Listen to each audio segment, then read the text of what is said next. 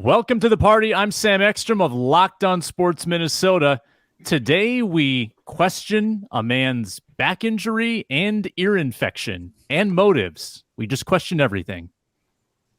Hey, this is Arif Hassan at the Wide Lev Substack. As you can tell from the name, I'm no stranger to conspiracy theories. Luke Imnan on Twitter at Luke_Spinman. And after watching yesterday's practice, I'm planting my flag, guys. Arizona Cardinals have the worst roster in football, and they're going to have the number one pick in the 2024 NFL draft. Vault me right now. Book it. Cardinals, you stink. Oh, vault me. Oh, man. Yikes. All that plus Trey Lance talk.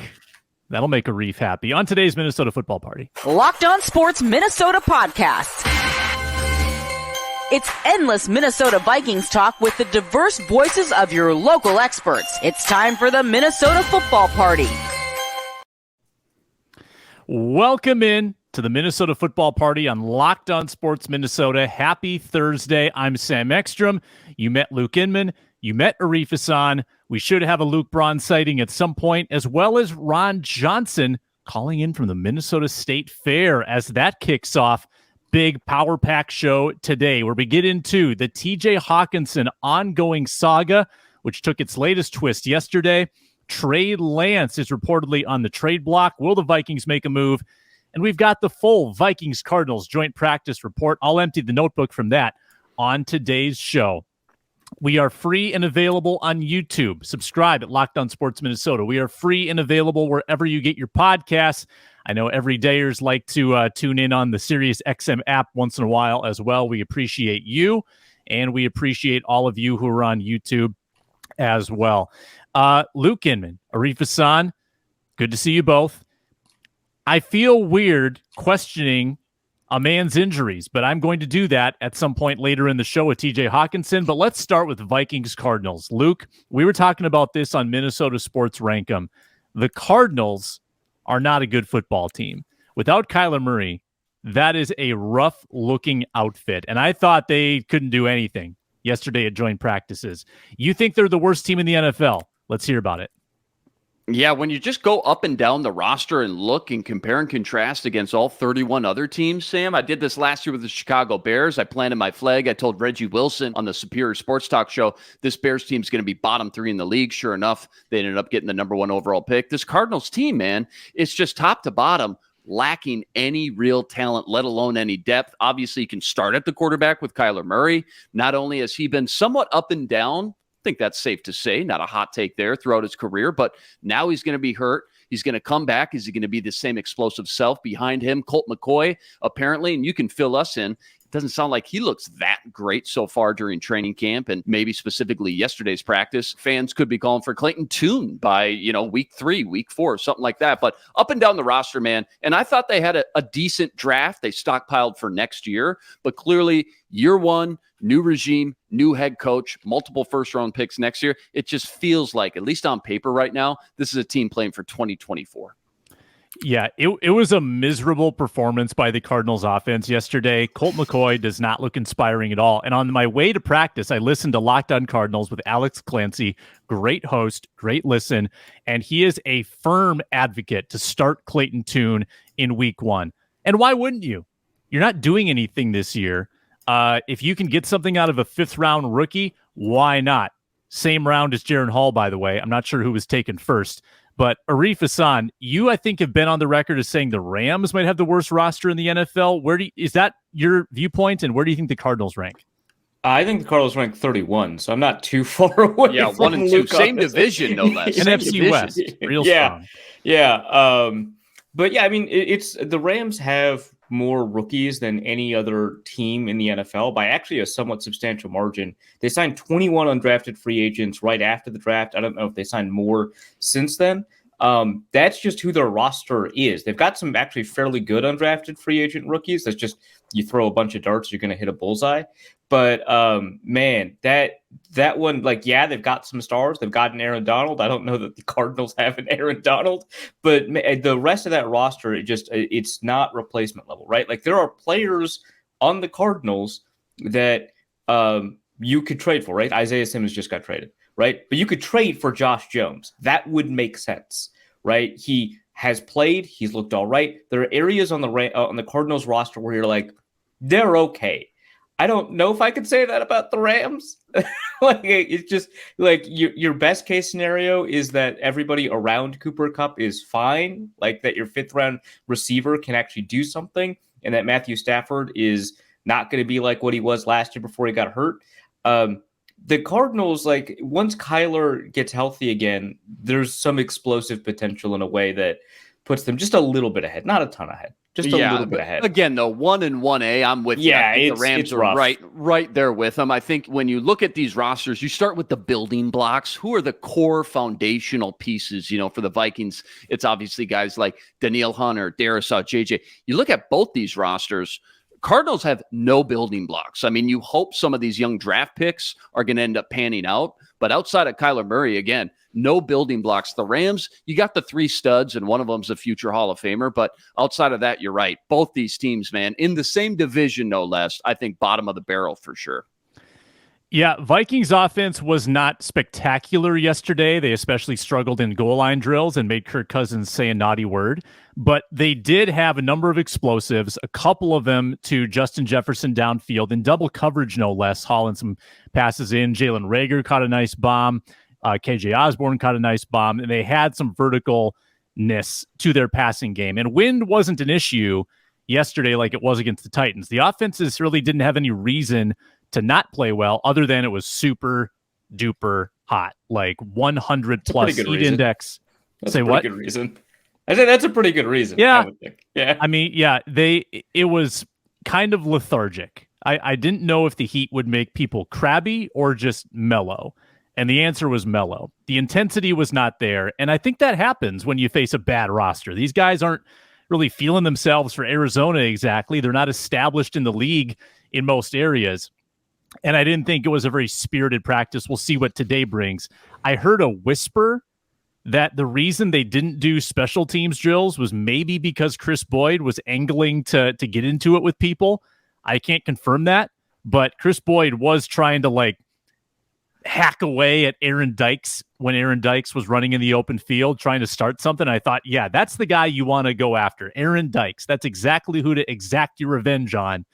Because you're bitter about the way things ended. He's got some FOMO, man. He's back home, TCO facilities. He literally goes from the best facility and team, voted by the players, not us, no bias, to the worst. He's paying for Costco hot dogs at lunch now and things like that. So, yeah, man, he's having a tough time for sure. Look, if he goes after Aaron Dykes, yeah, the Vikings will stand up for Aaron. But if he goes after CJ Ham, the whole team is crowding him. So he's picking his battles. That's I think a little bit more discretion than he showed when he was with the Vikings. Yeah, that's a veteran savvy move. That's not like a 3rd year Chris Boyd that we used to get. No. He seemed friendly though. Like he and Jefferson were chatting it up. He and Greg Joseph were chatting it up. I wouldn't have expected that pairing. Sure. Yeah. He and Christian Darisaw were chatting it up. So he does have buddies here, but clearly not buddy with that front office. Which, hey, real quick, what you mentioned how hot it was, and maybe that had an effect on the offense and defense for that matter.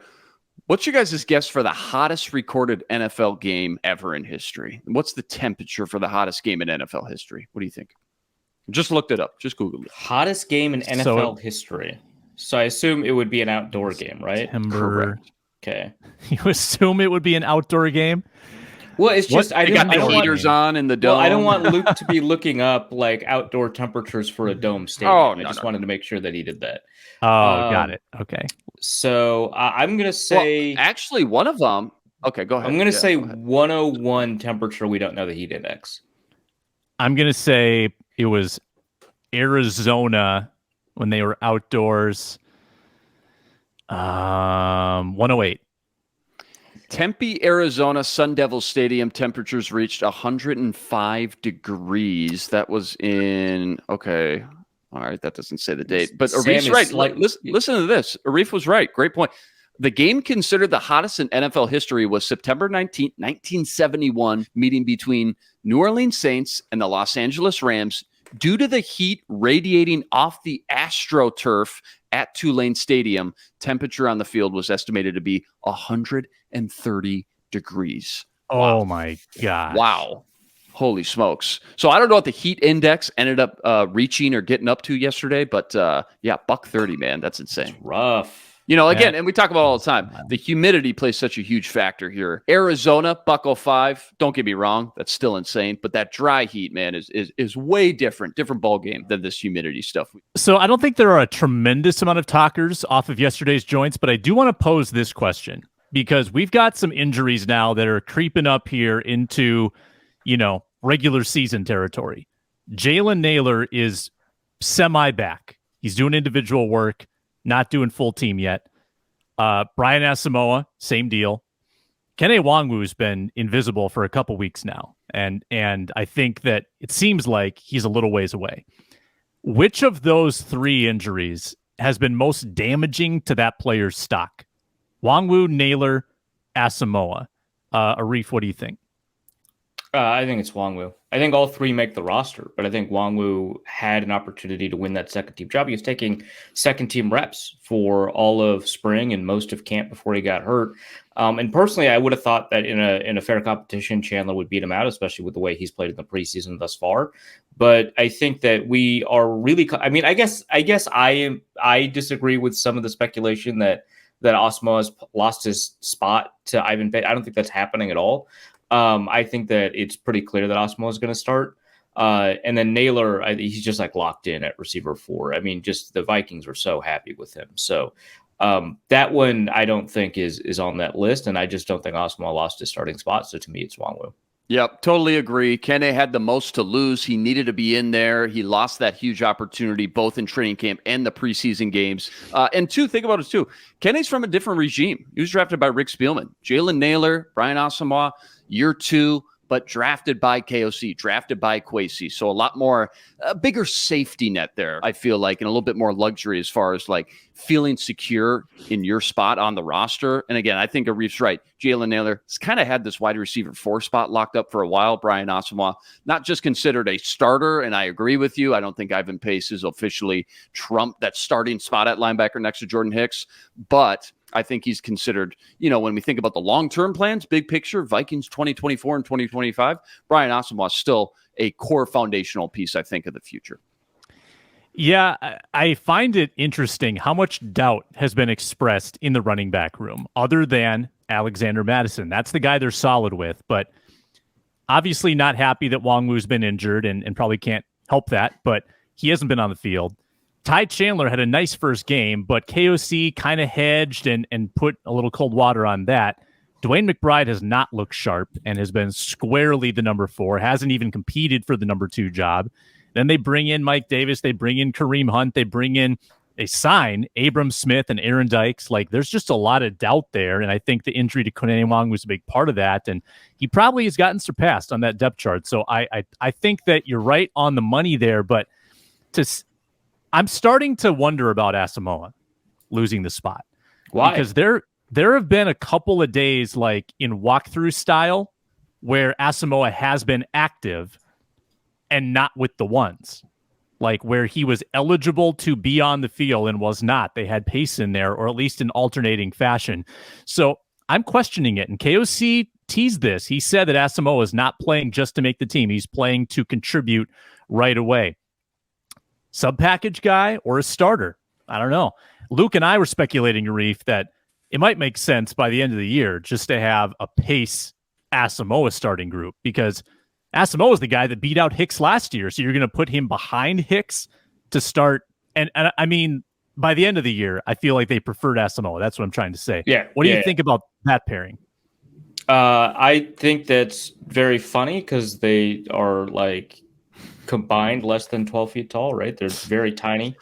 But yeah, you'd like to have a little bit more girth and size out there for sure. Yeah, linebacker, I would think. But I think that if you're like putting out like the 2 best linebackers, I think by the end of the year it could end up being Ivan Pace and Brian Asamoah. I think that would be like a fairly smart thing to do. But the problem is that it creates matchup issues for you when you have those size issues, and it shortens your zones, right? Like, so what ends up happening is that you want to bring your safeties down if you can't clog the passing lanes, if you can't essentially cover further behind you, given your ability to, reach, right? Like your range and your length are going to matter at some point, especially if both linebackers are relatively undersized. It leaves the middle of the field as a little bit of more of a favorable target for quarterbacks, and that's just something you have to deal with.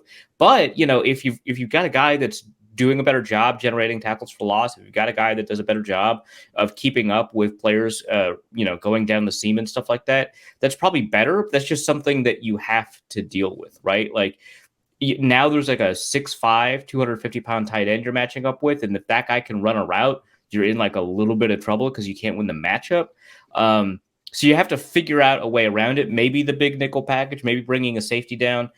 The idea that the safeties are bigger than the linebackers also very amusing to me.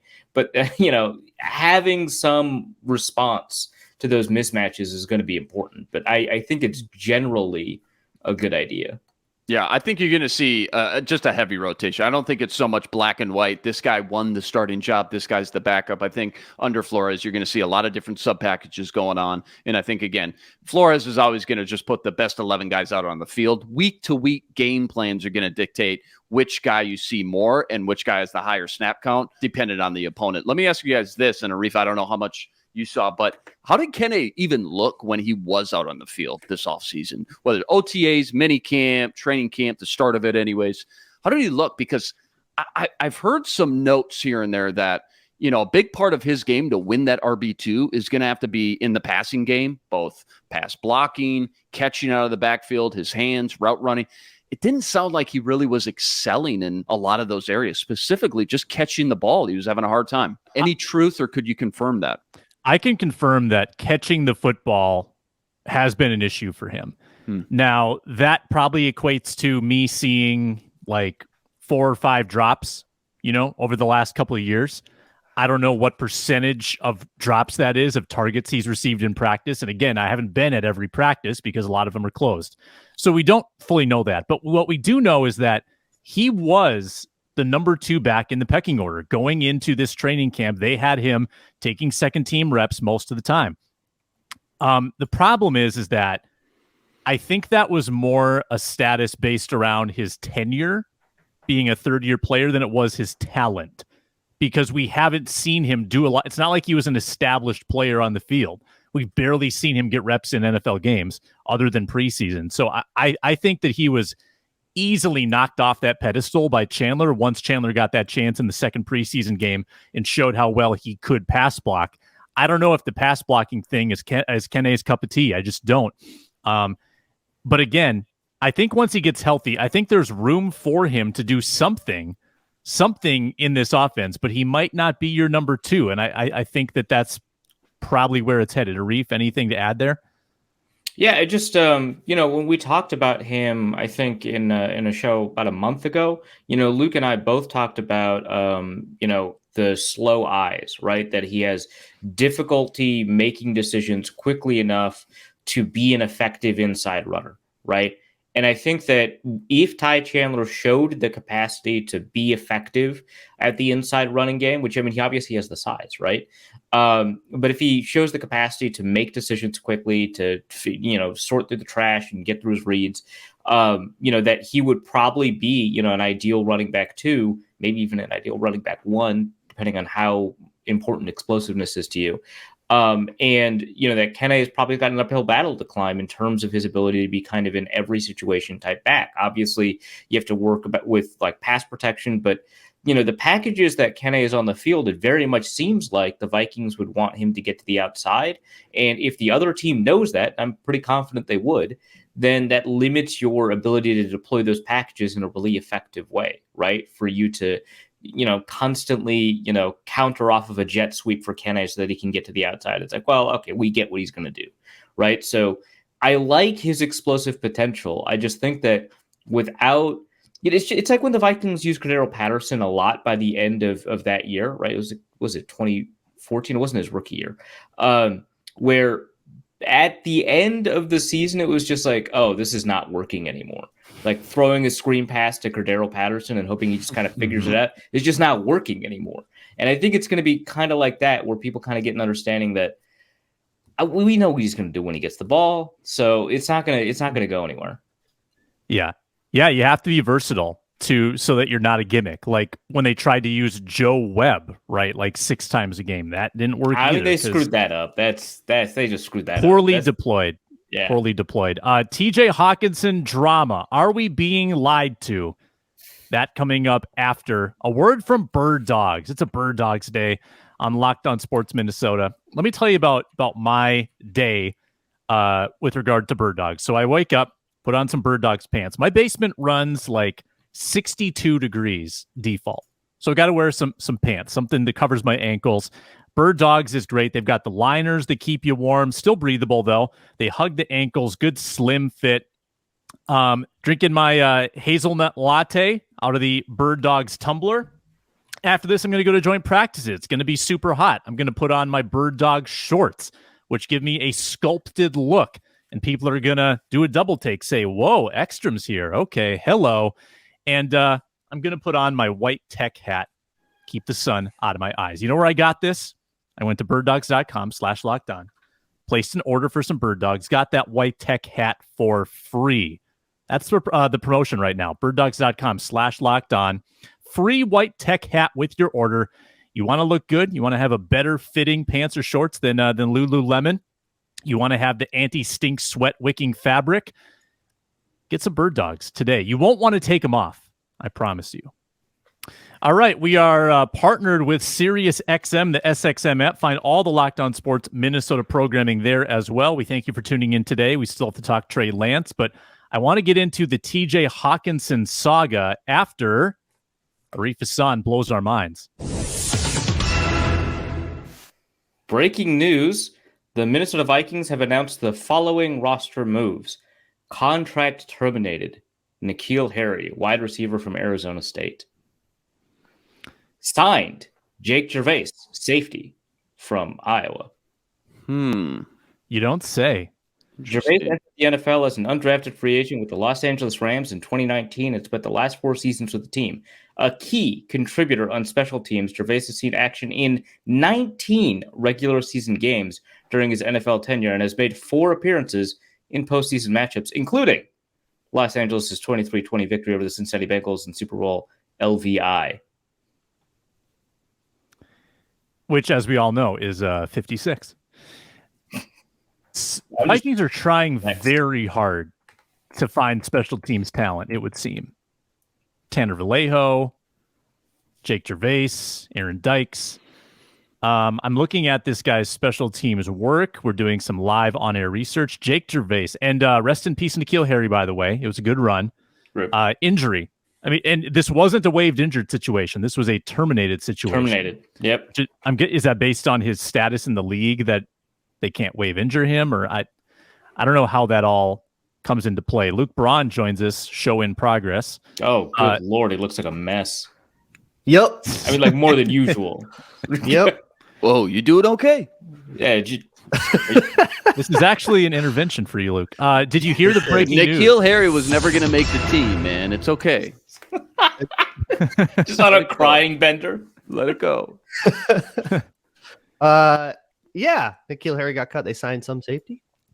This is probably special teamer. Linebacker who really hasn't done special teams at all until last year, from what I'm seeing, and he did not grade well whatsoever last year. Like really bad. So there's that. When you played that breaking news and Arif said he had some, I thought it was going to be the Vikings traded for Jonathan Taylor. I thought that was it.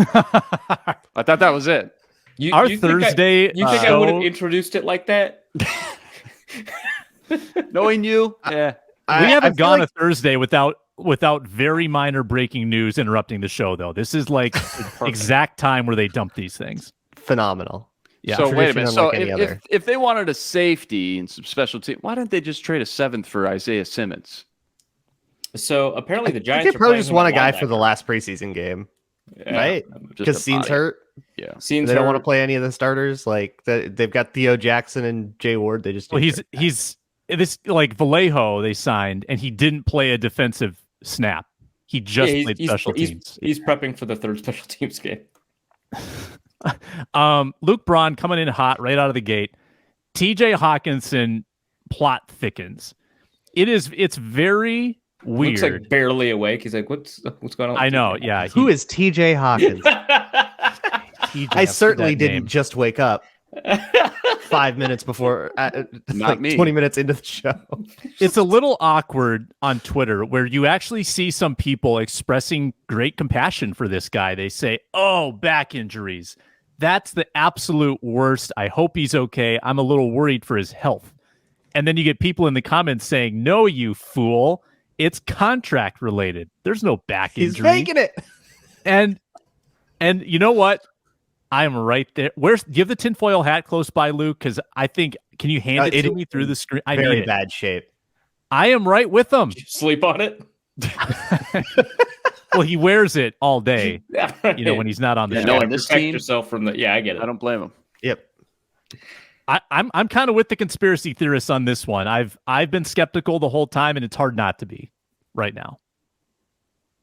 I think that's a fun bit, but no, that he's not faking a back. Also, I'm pretty sure he would play if he were allowed to, but the coaches have held him out. At least that's what the coaches have said. And if it's a conspiracy that both the player and the coaches are in on, then it feels like that sort of defeats the purpose of having an injury. I don't know. So you're eating this up. You're buying hold on. that he healed from the ear infection after 3 weeks and then immediately picked up a back injury from not practicing. Just a couple How of do you things tweak here. his back if he hasn't been practicing? Well, have you ever Sitting stood around up? waiting for a contract. Yeah, right. That's just what happens, man. Especially if you've got balance issues from an ear infection, totally reasonable. So I we're expecting agree- him to hold up for 17 games playing actual football? Yes. So I agree with Luke Braun's conclusion, but none of his reasoning.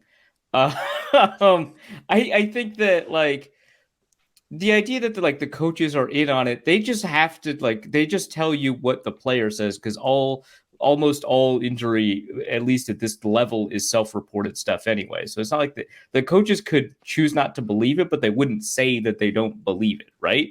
But I still don't think it's a thing, right? Because why wouldn't he just continue to say he has an ear infection, right? Or I'm still feeling some balance issues. Or why would he say anything at all? Remember, Daniil Hunter held in, and everyone just kind of knew it wasn't injury related, even though that's kind of technically the reason that he wouldn't see the field. It was just hey, he's not feeling it today. They don't have to give you the injury, right? It's camp. Zimmer famously was just this guy's going through some stuff. We'll see, right? You did that would also defeat the purpose, right? Because the point of Daniil Hunter's hold in is, hey, I'm not going to play till you do a contract. If TJ Hawkinson's oh no, I'll play definitely for sure. That doesn't actually send the message that you would be looking to send. So Yeah, the right. Rossini report. Go ahead. I'm a stud veteran, and I just want to rest. I don't need to go through the motions with this training camp and everything else. I came in on a Wednesday, and then we played Washington 4 days later, and I had 12 targets and 10 catches, kind of thing. Is it just resting up, more or less? Do you actually believe he had a 3-week-long ear infection? Days. They give them rest days. So you think he had a 3-week-long ear infection, and now he's got a back injury? Well, it's not just that the ear infection lasts 3 weeks or whatever. It's that you've got the residual balance issues to deal with. It's also so minor. O'Connell said that he would, if it were meaningful football, he'd be practicing and playing.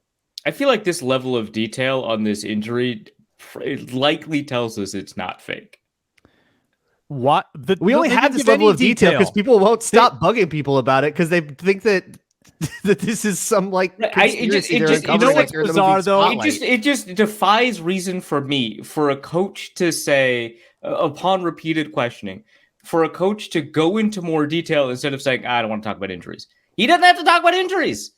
He doesn't. He's not jaded enough yet. That'll come. And actually, that's always a go-to when you don't really want to lie. And I don't think Kevin O'Connell's that great of a liar anyway. So I don't think he's been good at lying about this. Why did they not talk about the ear infection the first week? The first week, because he was out. Wouldn't you have wanted to explain why your veteran player was out? Yeah. And O'Connell said the first day. No, they didn't. Andrew Kramer asked, and he said minor health issue. Nope. Yeah. Okay, but why would they not just tell us that it's an ear infection? Because you keep asking, right? The first time that he's out. He's just like, oh, don't worry about it. It's just a minor health issue. And that's it. That's fine. And he continues being out. You continue asking. He's like, okay, well, you really want to know it's an ear infection, right? Like, that's just how humans work. I don't know. That's not that's weird. a conversation. Yeah. So how can TJ Hockenson, if you guys are taking this at face value, he had a 3-week-long ear infection. So that it wasn't is minor. serious. So it wasn't minor. It wasn't minor, and Wasn't he. just a So no big you deal. believe that's him necessarily the case. when he Again, says that he can because he's if absolutely playing week 1. Aren't you worried about that? Shouldn't we all be worried about it's not that the infection necessarily lasted 3 weeks. It's that the residual balance issues coming from an ear infection have lasted 3 weeks.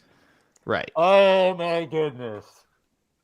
I'm stunned right now. So I'm actually weird. stunned that no Ear, one nose, is and throat questioning this. doctor And it's Sam crazy because Metro. like Luke and I are like very cynical. Like Yeah, exactly. Like when it comes, I feel like especially we're when in the it comes to bizarro world injuries. right now, and all 4 of our roles have flipped right now. And me and Sam are the conspiracy theorists right now, and you two are playing it by the How book much right now. trouble does a coach get in when he says, "Oh, that injury's fine," and then it's not fine?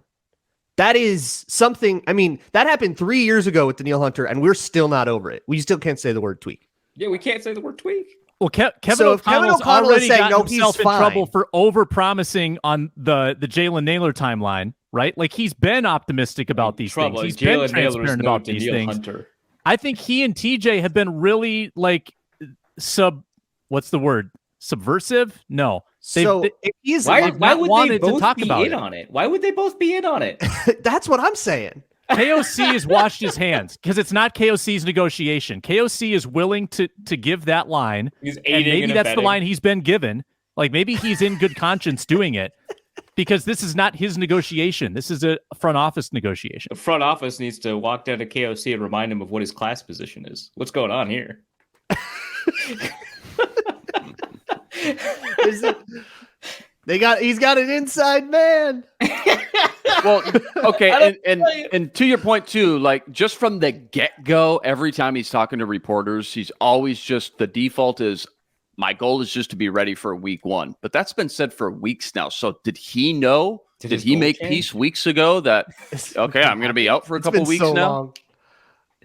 This season needs to start. This is so dumb. Yeah, this is insanity. It's funny it's how a very fun bit, but it's going. They just I haven't agree gotten that to a the deal yet. circumstances create some very fun conversations, and I am at my limit for how fun this All right. conversation is. Okay. So what then if TJ Hockenson does not participate, and then we're on this show next Thursday, and then a contract extension happens. Then a contract extension happens, and then he participates. Will you believe it then? No. No, at this point, out of spite. Sure, fair enough. That I can accept. That But he's not allowed to go back in that day. All right. Well, I mean, He's got but to wait a also- day just to make sure. Yeah, right. But also, like, first of all, that's just kind of how time works. And there's a lot of days off, like, just in general at this point in training camp. But, like, second, like, if he doesn't have a level of guaranteed money down the road and he is experiencing injury problems, his threshold for when he is going to appear, which I don't think is the same as faking an injury, is a little bit different. And so he could be having the same back issues, same back soreness or tightness or whatever, right? And once the contract stuff clears, he could be more willing to play through it, right? But that doesn't mean the injury is fake. Funny how a Faking an credible injury, no. NFL Overreacting insider to an injury reported yesterday be that overly they're safe, far yes. apart in contract talks. Funny how that just happened to pop up. Yeah, because that's what happened. She talked to an agent. Like, that's a two thing that you things report. are happening simultaneously that are not necessarily related to each other, and this is really, really difficult to convince you of. Yeah, it's crazy how that works. It's the duration of it. It's the fact that this guy had and he might have had an ear infection, guys. Like, that might have happened. Maybe there was some equilibrium stuff, but if there was, that's the olive. Why was he out there at all? Why was he going through the process of getting in a uniform, putting pads on, doing some individual work? Why? Why did he need to show up and do that? Like, because they're way more cautious with other injured guys. Trying to get 1% better every day, man. Oh my gosh. Brick by brick. You guys can talk about Trey Lance. I'm gone. Brick by brick. Stacking up those days. I think I won this conversation. I think there was no winners in the last 12 minutes. Conversation. The audio My listeners, Sam is Sam is, pacing stressfully in the background. he just like bent over his couch in frustration. Oh, he's coming back. Let's see what he says. He's coming back. Here he comes. He looks like a golfer that just missed a 3-foot putt. Sam, I'm concerned. It looks like you have just a wooden dining table chair as your podcast chair. Yeah, it's Get it off this chair, Take man. a guy when he's down. it's a family antique. Well, I'm just saying you could end up with some back soreness or some tightness if you don't have. Yeah, it's really easy to get. You know what we should do? Like we that should happens, watch the film on that little 10-step pace that he did and check his equilibrium right now. Right. Yeah. All right. Having these earphones every day, that can Watch the create some buildup in the ear too. I wonder if balance issues may ever contribute to the possibility of back tightness. I don't know. Right. That's just. But you can podcast tomorrow if needed, though, right, Sam? Yeah. If it's a podcast. If it were We're a preseason. playoff podcast, If it I'd counted. be in there. All right. Yeah. Trey Lance, let's talk about it. Vikings could be interested. Again, another Rossini report. She was all over the Vikings beat yesterday. I'm guessing she got Gets both hired by the Athletic and breaks like 8 pieces of news in the same conversation. Yeah, she's all over it. But But for like NBC, they must have been peeved that she's just like sitting on all of this until contract negotiations were concluded. that's funny. She was an ESPN layoff, right? Oh, was she? Okay, yeah, because I She know was that an she ESPN was. layoff. I know that when Oh. she first started breaking news or hit my radar, she was like Washington NBC, and then probably got to ESPN, and then. Well, I'm Yeah. glad she's Worked her way up. Yeah. But we talk about Kwesi buying the dip. I mean, this is the Trey Lance dip, right? If the price was here when they talked in the offseason, it's considerably less now. I am totally good with them kicking the tires on Trey Lance at whatever price it's going to be. Arif Whatever Hassan, price it's going to be. disagree with me.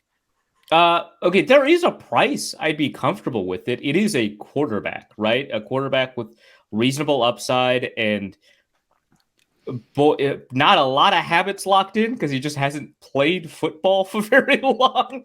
But like, so I had speculated in another podcast that he might go, or the 49ers price is probably around a 3rd round pick. And then we saw the Athletic ask like a bunch of executives around the league what the price is. And some executives speculated that also would be a 3rd round pick. So that seems like a pretty fair assumption. I would say no to that. Absolutely not a 3rd round pick. The problem for me is that Trey Lance needs reps, right? Like everyone seems to agree that he needs reps. And I wrote a piece over at the Wide Left Post Substack that, the way that we talk about developing quarterbacks is kind of screwy. We need to talk about why someone might need reps and why someone might want to sit on the bench and, what kind of skill set situations might, resolve that. But I think for Trey Lance, it's very clear that he needs to see the field. Where is he going to see the field? It's not with the Vikings. Is he going to develop with the Vikings? I don't think so. Kirk Cousins is going to start, and he's going to start a lot of games.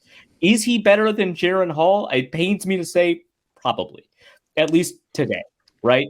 And so if you traded for him and you, traded Nick Mullins away for some reason, I don't know why you would do that, then he's probably quarterback 2. You probably downgrade, though. The thing is, if a team decides that your quarterback is the 3rd best guy on the roster, what are the chances that that guy turns into a starter at any point? And I don't mean like a Jordan Love got sat behind Tom, but that's fake, right? Like, yeah, Tim Boyle probably starts if Aaron Rodgers goes down in that season, but like the idea that this guy is persistently a third quarterback and needs to be traded. That tells me that it's very unlikely that the guys who watched him in meeting rooms and in practices and literally on the field see a potential starter in him, right? No team more than the 49ers wants Lance to turn into something big. But, they've sunk so many assets and so much time into this person. And yeah, maybe Purdy is just a better quarterback, but like they're not even willing to take the chance that Purdy off of in my opinion, fluke season may not be the guy. They are just moving on from Lance, who got beat up by Sam Darnold. there's not a lot here. So I'm not doing that for a 3rd round pick. But hey, if they trade him for a 7th, he could be kind of the rare guy that a high pick that a team moves on from ends up turning out. I think the last guy was Brett Favre. That was 1999. Right? Or whatever. That was a high pick, right? For the Packers to get him, like a 2nd or something. It was like 94, it was a 2nd, wasn't it? 93. Yeah, it's 95. I don't know why I said 99. But yeah, he was like the 32nd pick because we're like 31 first round picks. Yeah. And the Falcons were, and that might have just been like a Falcons coaching staff thing. They didn't get along. But like, I don't know the last time a high pick, like Geno Smith, you could count as maybe a high pick, depending on your definition. And it took him years to turn on with multiple other teams. But like teams want to hold on to their high draft picks. Yeah. I mean, have you guys seen the list of the 10 players drafted after Trey Lance? Oh, no. Oh my God. Every single one. Pending how you view Justin Fields, every single one. Justin Fields is starting, man. There you go. Yeah. There you go. 10 absolutely should have been the pick. Here you go. Kyle Pitts. Oh my God. Kyle Pitts, Jamar Chase. Imagine the Niners with Jamar Chase. Jalen Waddle. Imagine it with Kyle Pitts. Yeah. Oh my God. Jalen Waddle. Penei Sewell. J.C. Horn. Okay. Been a little hobbled, but went on the field. J.C. Horn's good, though. Like, he is good. He's legit. Patrick Surtain. Devontae Smith. My Lord. Justin Fields, of course. Micah Parsons with Nick Bosa. Are you kidding? And Rashawn Slater. Like anyone you want, blindfold, throw a dart up there, put them in a hat. Don't care. This is crazy. Unbelievable, man. Unbelievable. And still, look at their roster right now. It's still stacked. But imagine one of those guys on top of that. And what's crazy is like they didn't have to trade up, right? There were 3 quarterbacks that they could have taken. Yeah, Mac Jones was still on the board. Justin Fields went like 1 pick before. You could have moved up like 2 or 3 spots. You're right. They could have waited for the Dolphins to make their move. Could have done this on draft day. Don't draft a quarterback. Yes. Right. Yeah, yes. Exactly. And then wait for when 1 or 2 quarterbacks and then trade up, right? Like, and there were opportunities to trade up for Justin Fields. The Vikings almost took one, right? And we know that the 49ers are willing to sink assets into a trade up that the Vikings seemingly are not. They would have gotten a quarterback, and it sounds like that guy would have been better than Trey Lance. You know what this feels like to me? This feels like, I don't know, man. Josh Rosen didn't get much of a chance in Arizona. Why don't we flip a 3rd for him? That's what it feels like. Yeah. Yeah. It's over. I could see that. I'm sorry. It's over. I don't know. He still won a competition, or he was not. Maybe not a competition. He was chosen over Jimmy Garoppolo. Yeah, but that wasn't a competition. That was a money thing. Yeah. I think the 49ers would take that back if they could. Now that they've chosen Sam Darnold over him and whatever they have in Brock Purdy. And I don't want to knock Sam Darnold too much because like he actually looked pretty good in his final 6 games in Carolina. But like, come on, let's be serious. How up Kwesi's alley is this though? Former 1st round pick. Yeah. 49ers connection. Super low value right now. Like this is everything Kwesi looks for in a trade. It has to be. Honestly, I don't think anybody trades for him. I think you can take your chances on waivers here.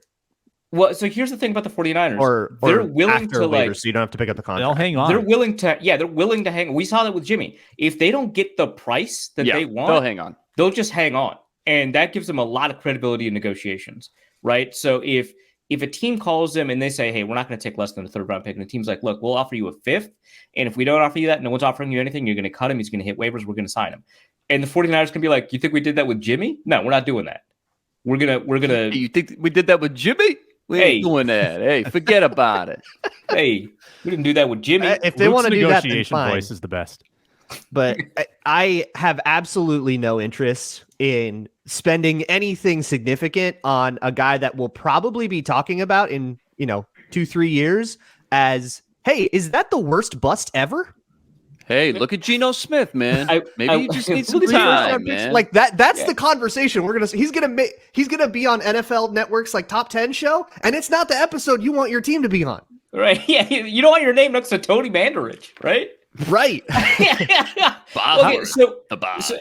So like when if that happens, like, so I usually don't care about like distractions, right? I don't care about like the way that we frame locker room impact, because locker room impacts are real. Media perception of locker room impacts are often very right, like the Love Boat, right? Overblown, dude. Not that big of a deal.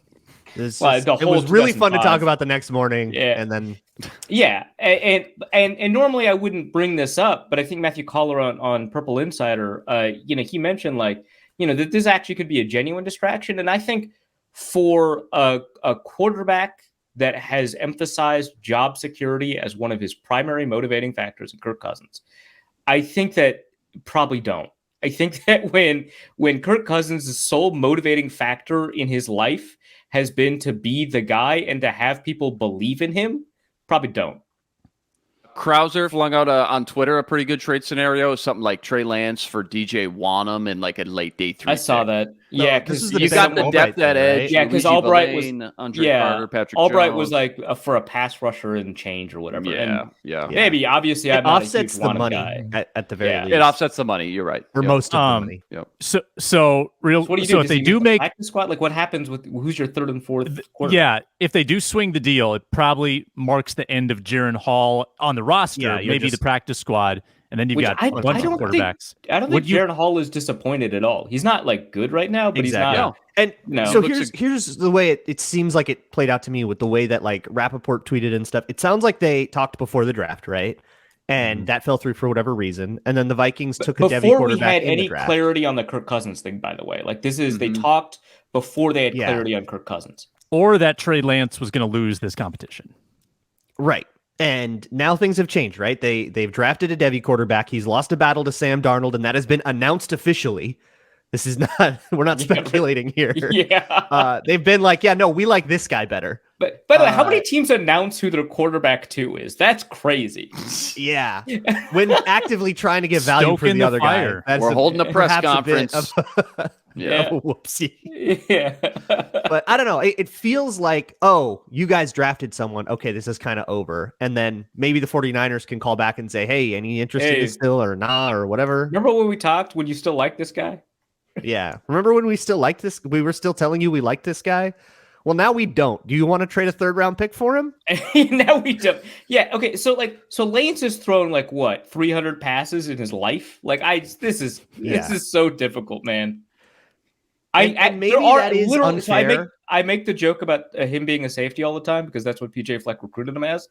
But like, there are safeties in the NFL who have thrown more passes than Trey Lance. That has absolutely happened. That's insane. Like, I don't know. It feels to me like they're just trying to eke out whatever they can out of a guy that like hasn't earned a chance. And I know a lot of people are saying like, hey, you know what? Well, what if he just gets a chance and then maybe he'll develop right? Well, he has had a chance all season to ascend above QB3.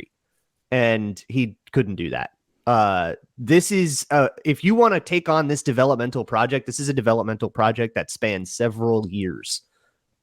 It can be someone else's workload, and they can go pay for the privilege of developing this guy over several years, assuming you won't give up the second he gets into your camp and he's dookie. Right, and he's not going to know the offense or anything like that. Like, it's going to be tough for him to develop, especially when he takes 3rd quarterback reps in practice, which, Sam, you've been to practices. How many reps does the 3rd quarterback take? Yeah, pretty minimal. Right. Pretty minimal. Like, fair or not, we are here now, and he's behind the 8 ball. It is a very uphill battle for Trey Lance to become a sensible quarterback. I'll take we've got Jordan Ta'amu at home. Yeah, I'm more okay with them kicking the tires here than you guys are. I can't forget that he was their quarterback last year, looked pretty good in joint practices. In joint practice. Okay. I was in games? Okay, he played in a monsoon and then he played in a monsoon and then he played like 15 snaps and broke his leg. But he looked bad. You know who else played the monsoon? Justin Fields looked way better. Small sample size. But it does get messy when you've got Jaron Hall in the mix as well, and that price tag might be a little high. But we'll see. I'd be okay with it. I love a good Minnesota story. I don't think he looked that good in joints. I don't know, man. I thought he looked pretty good. Got a cannon. Yeah, but so did John McLeod, Balthazar Bethel Thompson. John McLeod, Balthazar Bethel Thompson. Yes, that's right, Arif. And he was great. He was a legend. So yes, hence they should trade for Trey Lance. That was a contentious show. I'm conflict averse, so I need to go like wrap myself in a warm hug and the show was, hey, Arif, the player you hate, and also, hey, I have a conspiracy theory about a player that everyone loves. That was the show, and you're conflict averse. I can't stomach it any longer. We're going to be done. Ron Johnson was at the fair. His signal didn't work, so we had to shelve that one. I feel like Jimmy Kimmel. It's a conspiracy. It's a conspiracy. We didn't have time for Matt Damon. Happened to drop out at the same time we were recording. Right. Very likely. He's got a Pronto pup in one hand and mini donuts in the other. He's going down the slide right now. There's going to be some of those accounts that post out of context clips from our show might be pretty active today. And that'll be fun to watch. Arif Hassan, Luke Braun, Luke Inman. I'm Sam Ekstrom. Follow us on X/Twitter, and we'll talk to you on Monday on the Minnesota Football Party. Thanks for watching.